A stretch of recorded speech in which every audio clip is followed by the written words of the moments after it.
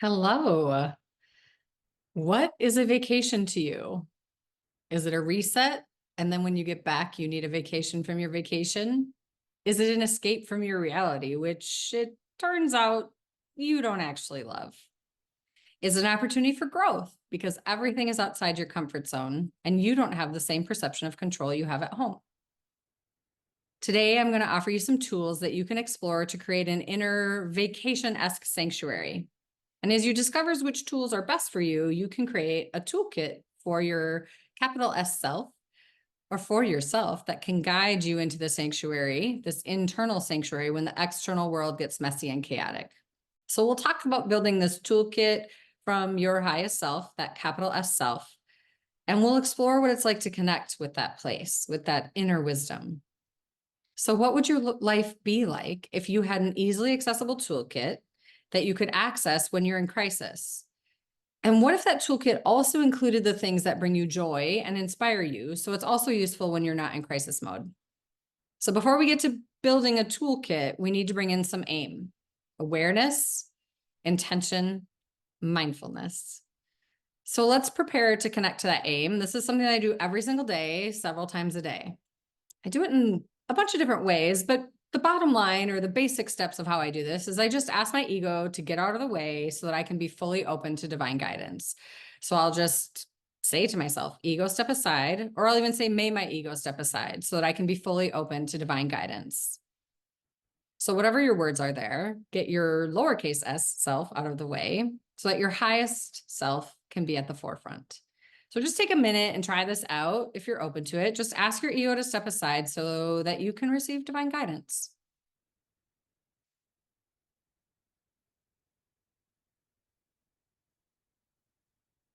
So let's take a look at your aim: awareness, intention, and mindfulness. What kind of focus do you have in your life?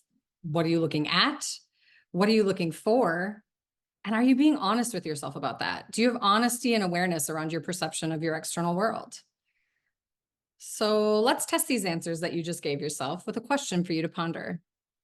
What are you saying yes to? I just invite you to take a moment and ask yourself, what have you been saying yes to, let's say in the last month? Jot it down, just make a few notes, and just explore the idea of your recent yeses. Just take a couple minutes.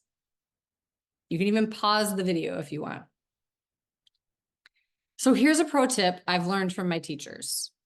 If you want to smile from the inside out, only say yes if whatever you're saying yes to is 100% a yes.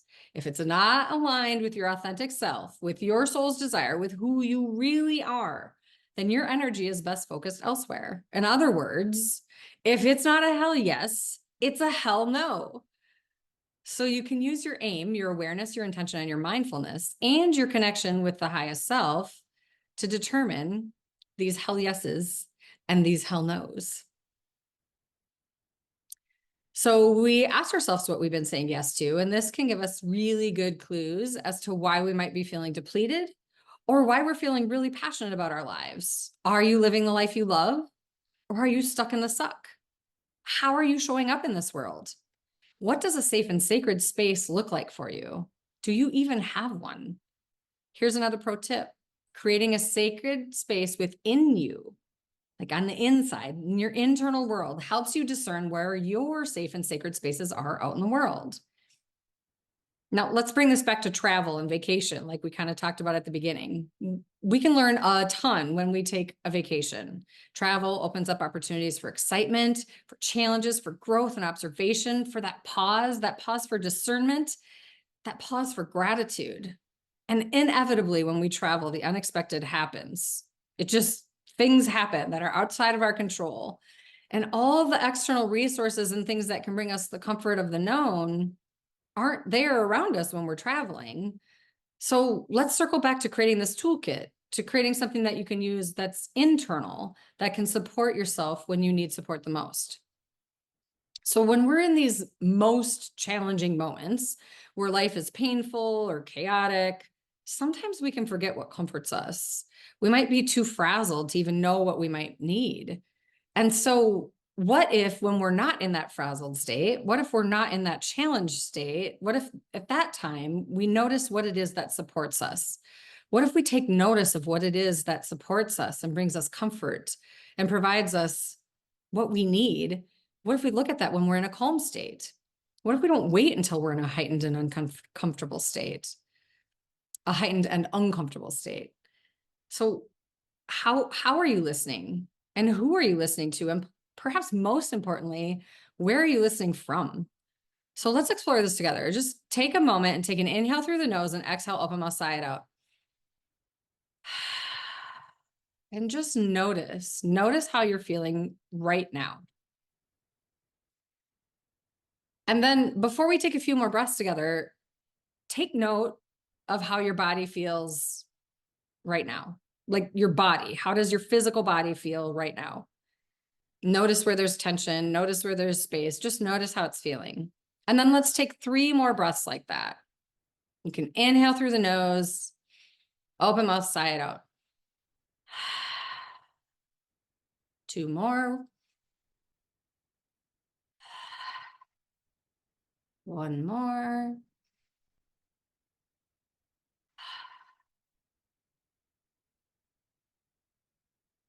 So now again, notice how your body feels after taking those 3 deep breaths. Now we're just in observation here. We're in the utmost self-compassion. We are not in judgment. We are simply observing, and we are observing with compassion. So anyone that's listening to this done any sort of healing work for themselves? I suspect there's a few of you. And anyone else ever noticed that healing tends to have more than one layer? It's certainly been my experience. I was just thinking about that. Like, oh my gosh, there's always another layer. It's been my experience in my own healing and working with clients and family and friends that there is always another layer to reveal, always another layer to heal. And whether that be my own or someone else's, I had just found over time that healing is deep and messy work. And it's worth every single bit of effort. So if healing involves a lot of layers, what happens if we add layers to our tools? So we can play with this. We can play with this concept. We can explore our breath again, but this time we get to explore it with our aim, with that awareness, intention, and mindfulness. And this time, before we take a mindful breath, let's connect with your divine source and then the idea of compassion. So connecting with this idea of divine compassion, maybe you even feel called to place your hands over your heart. And on your inhales, connect with that divine compassion. Or on your inhales, connect with that divine compassion. And on your exhales, send that through every bit of your body. Just send divine compassion, connect to that on your inhales. Exhales, send it through your body. And ask that it nurture you. Now, for some of you that are doing this exercise right now, if you're anything like me, or like how I used to show up in the world, this is possible that this is the most you've ever allowed yourself to receive in a very long time, perhaps ever. So I'm inviting you to say yes to yourself, 100% yes. Say hell yes. Allow yourself to receive this divinely connected compassion. And this aimed breath might be one of the things that you write down to include in your self-care toolkit. Connect with your divine inner wisdom and create a self-care toolkit. This is it. You're finding tools and resources that work for you at a soul level. You're listening to that divine wisdom. You're listening to your inner guru, your inner self, your inner wise one, your inner observer that's calm and observing and has answers for you. So listen to how your body responds to your ideas. Find the open and spacious yes. And when your body feels closed and protective, that's probably not for your divinely guided toolkit. Now, maybe you have already explored what your yeses and your nos are, and you know what it feels like to be divinely guided, divinely connected to that highest self, that capital S self space. And if that's the case, listen to your clues. I'm just offering the suggestion that yeses typically feel something along the lines of open and spacious, and nos often feel closed and protective. So if we're looking at things that we could potentially put in our toolkit, travel is definitely at the top of my list. And here's a tip for those things that can't always be part of your day-to-day. Like, I can't always just bop off on a trip. Sometimes there has to be some time to plan and prepare for that. So I just make a note, plan a trip have something to look forward to. And that goes into my self-care toolkit. Chiang Mai, Thailand is at the tippy top of my list. I receive the deepest healing and reset when I go there. Obviously, I can't go there every day, every week, every month. I have beautiful connections there, though. I've made beautiful connections. And later this year, my partner Dan and I are inviting people to join us in our home away from home in Chiang Mai, Thailand. And we get to share a place we love with an amazing community of the people who join us and the people who live there that we've connected with. And that is a blessing in my self-care toolkit. And I know that every time I go there, it's a reset. It's not an escape. It's not me running away. It's me allowing, receiving, and knowing that it's soul level, solely guided. And that's amazing. So even like this speech right now that I'm recording to practice for the Movement Maker Live in Nashville, being in Nashville for me is 100% a trip that would qualify for my self-care toolkit. Why? Because there's a community there that's safe and sacred for me. It's opportunity for growth. Just all the things that happen at that event, it feels like are soul level things. It feels, I've never been to one, but I've heard about it. I know my coach, I know this community, and every time I'm in it, something soul level happens. So of course it's going to be in my self-care toolkit. It's going to be something that I'm going to invite myself to say yes to. Unleash You Now has a cruise happening in 2024 that Dan and I are looking forward to. Again, it checks off a bunch of requirements to make it a good fit for the self-care toolkit. So my toolkit is getting used in all the ways this year. And isn't that what it's all about? Like preemptively taking care of ourselves in the best way we know how. If we put mindful attention, awareness, intention, mindfulness, if we put that aim into this toolkit, we preemptively find ways to take care of ourselves in an easier way. So how do we do that? How do we even know what to put in there? Think about what are the things that bring you joy, that offer you comfort? What are the things? Who are the people that make you smile from the inside out that you can include in this toolkit? Before we go too much further into that part of it, and those might feel like overwhelming questions, it's okay. We'll come back to them. We'll break it down. But let's just talk about this toolkit itself for a minute. It might be a bag or a cardboard box. It could be an actual toolbox, and maybe you keep it super simple, or maybe you fancy it up, whatever you choose. I mean, heck, it can even be a corner of your desk. But whatever it is, it's at front and center. You always know it's there. And it is your inner wisdom, your divine connection that's in there. It's ideas of the things, the people, the experiences like this one, and the ones so many of us that will be on that stage provide, those kind of things that can support you when your outer world starts messing with your inner world. You get to dive into who you are to create this toolkit. You get to dive into who you are, how you want to show up, and how to find ways to support yourself. So be inquisitive with yourself as you create this toolkit. Use your aim, awareness, intention, and mindfulness. So if you have an idea of how you might create the self-care toolkit, I encourage you to just sit with it, maybe even journal about it for a little bit. But you don't need to take a lot of time for that part of it. Because the most important part, the main part, is to learn how to connect with your highest self, with that capital S self, if you're not familiar with that already, so that you know that what you're putting into this toolkit is useful and it's aligned. And it's not just a bunch of BS you're telling yourself to avoid.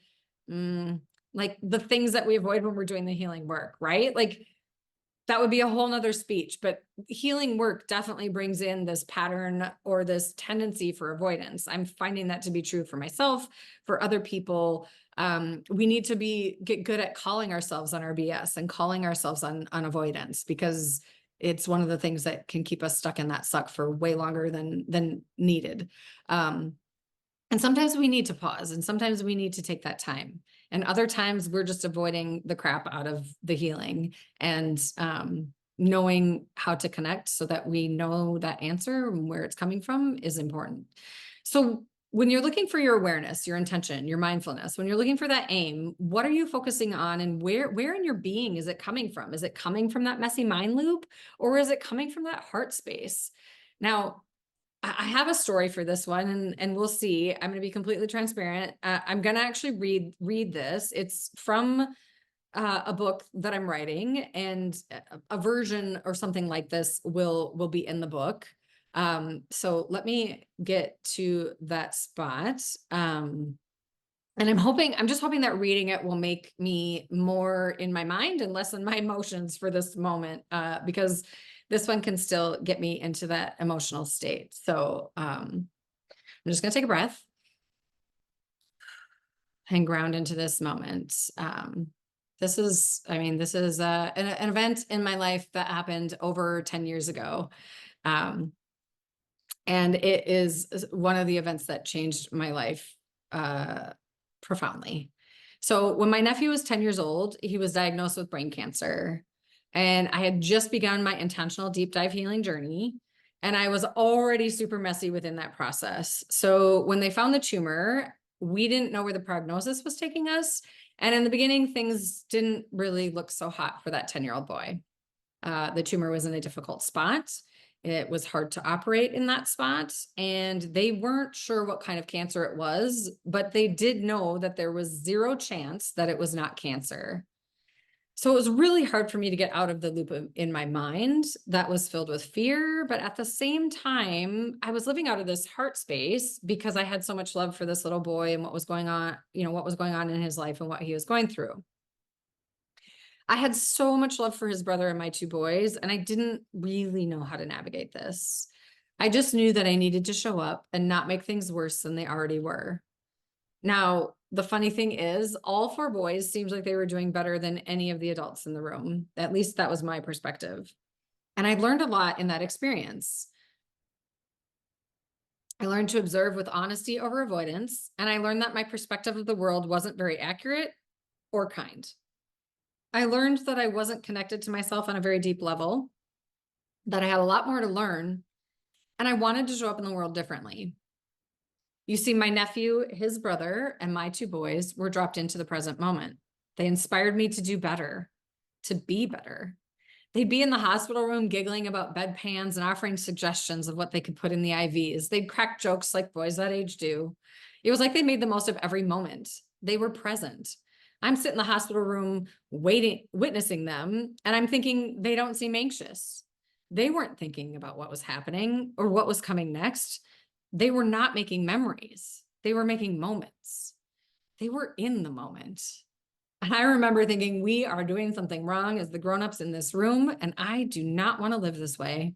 I want to live like those four boys are living. And the harsh reality was that none of us were sure how much longer my nephew had or how much would change for him after the brain surgery. I decided that day and in that moment that I was going to learn from this experience, that I was going to show up and do better, that I was going to be better. But how? I had to recognize that I needed help and support. I had to recognize that the community that I had been welcomed into, a community much like this one, much like the Unleashed, much like Unleash You Now, was safe. Trust was hard for me at that time in my life, and I realized I had to seek the answers in a different place than I had in the past. I had no idea how that community would change my life, and I had no idea it would lead me to more amazing communities like this one. And there was no way I would have believed I'd be building one of my own someday. My 10-year-old nephew is absolutely one of my heroes. The way he navigated the unthinkable taught me more than anything ever had before. And I've got plenty of my own stories. I had plenty of my own trauma that needed to be healed at that time. Heck, I still have work to do. We always do, don't we? But this experience of my nephew fighting brain cancer, this one was different. Fast forward to today, he's healed, he's healthy, he's in college, and he's thriving. This experience was one of the catalysts for me guiding people to live their best life, to get unstuck from the suck, to live in a way that doesn't make painful situations more painful, but rather creates an unbreakable net for yourself and others to fall into for a reprieve from the unthinkable. As I said before, at that time, I didn't know how to navigate a 10-year-old boy with brain cancer in a tricky part of the brain. I didn't have a toolkit then. What I did have was a new to me community that I could lean into. This is what I mean when I say build your self-care toolkit today. Or maybe you're in a place where you need to find a safe community because the unthinkable is happening in your life right now. And if that's the case, I can tell you that I've found the Unleash You Now community to be safe. And I've created one that clients also find safe. And I know that there are others in the Unleash You community who will be on that stage at the Movement Maker Live who are building heart-centered and sacred communities too. Find the ones that are safe for you and take a chance to allow others to pour into you. Life isn't meant to be done without help. We aren't meant to do this without support. And it has to start with you. You have to choose the help. So build yourself a toolkit, find your safe communities, find your soul people. How do you do that? We're coming back to AIM, and I'm going to tell you a little secret. You are that sacred space. When your inner world becomes your sacred space by saying hell yes when it's a hell yes and no to absolutely everything else, the outer world becomes easier to see, feel, and know. When you're calm, clear, and divinely connected, you become your own sanctuary. You might say you become your own vacation, your vacation from the hubbub of the chaotic world out there. Create your sacred space within and find the sacred and safe spaces that are meant for you in this world. Everywhere you go is either a sacred space or it's not. You can feel it in your being, and you can either create boundaries and walk away or drop in and expand with your soul people. So that is my excerpt from my book. It'll be something like that. So if you're feeling stuck in the suck, I can tell you that I've been there many, many, many, many times. And right here, right now, I celebrate you because you're here, you're listening to this. At the Movement Maker, you're in that room. You chose to go, you chose to click on this video and to listen to it. And that, taking that step alone is a huge step to getting out of that suck and into the life you love. And sometimes when we're stuck, there's more comfort in the chaos of the unknown there's more comfort in the chaos of the known discomfort. Gosh, I could not get that out. There's more comfort in the chaos of the known discomfort than there is in the unknown possibility of change. The change terrifies the heck out of us. So if you're a person that's stuck in the suck, how do you shift? How do you move? How do you change? Where do you find the courage? In over a decade of working with clients, I've realized that self-trust might be the very biggest gift you can give yourself. How do we do that? How do we find it? How do we build it? I can tell you one way that you can do it it's worked for me and it's worked for my clients. And that is you show up for yourself. You choose yourself every single day. Now, the first 40-day practice I ever did was tongue scraping. That sounds so silly, but it was tongue scraping. And you know what? Here's the thing. I had amazing benefits from it. It was so simple. I had a hard time making an excuse as to why I would bail on myself. And so I just did it. I did it every single day. And every day that I chose to do that, I was building trust with myself, proving to myself that I could show up, that I would show up. So what can you do for yourself every single day, 40 days in a row, with compassion for yourself? And if you miss a day, you don't worry about it. I did miss a few days in the beginning, but it wasn't about like bailing on myself. It was more about, oops, I forgot. You just start over, and your 40-day practice might take you 120 days because you keep starting back at one. And that's okay. There's no guilt here. There's no shame. Just love for yourself, radical self-compassion, honesty with yourself, knowing that you get to show up for yourself every single day. So think of something simple. Think of something that you may perceive today as super small. Maybe you just sit and take breaths like we did together at the beginning of this video, and you get that aim down, that awareness, intention, and mindfulness. You get that down every single day. And then one day you realize that that small thing that you showed up for every single day, it built trust. Self-trust is no small thing. So would you object to trying this small something, just this little choice that you make that has a possibility to change your life? You get to choose it. You get to make it your own practice. You get to build trust with yourself. You get to change your life for the best. So how do we choose from our best and highest self, capital S self? How do we know if it's coming from our messy mind or if it's coming from our heart? How do we know if it's a hell yes? Sometimes we are avoiding the crap out of change. Sometimes we are avoiding the crap out of taking accountability. Sometimes we're avoiding the crap out of taking accountability for our life. So what does it look like to really know, to really trust yourself, and to know where you're listening from? You start to listen in a new way. You feel it. You begin to know the subtle and spacious feeling of your yes and the subtly uncomfortable vibration of your no. And the funny thing is that as you explore it, it gets less and less subtle. And that same thing is true for when you ignore it. what I call the spiritual 2x4 will come smack you upside the head if you keep ignoring your inner knowing. At some point, the divine will come and be like, hey, you haven't been listening to your intuition. That gut feeling you've been having, yeah, you're not listening. And then they will just smack you upside the head and demand that you pay attention. My yeses feel open and spacious. My no's feel closed and protected. Explore what your yes and your no feel like. You build your energy with every single yes that is aligned.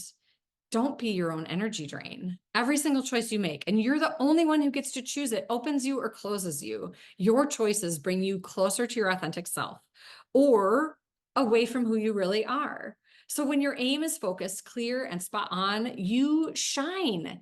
And when you are not mindful, intentional, or aware, you are MIA. Don't be MIA. Go get it. Get your life. Use your aim. As for me, I will always be my authentic, illuminated me. Another aim. Nobody does stages like Unleash You Now. Nobody does stages like Michael Faber. And I'm grateful to be here learning with and from all of you and to be in this community in the safe and sacred space that Unleash You Now has provided for all of us. For me, this is one of my favorite sacred spaces. Ask yourself where yours are and aim big. Be your own vacation. I'm so grateful that I get to be on this stage. This is a practice run. I said yes to this through the fear.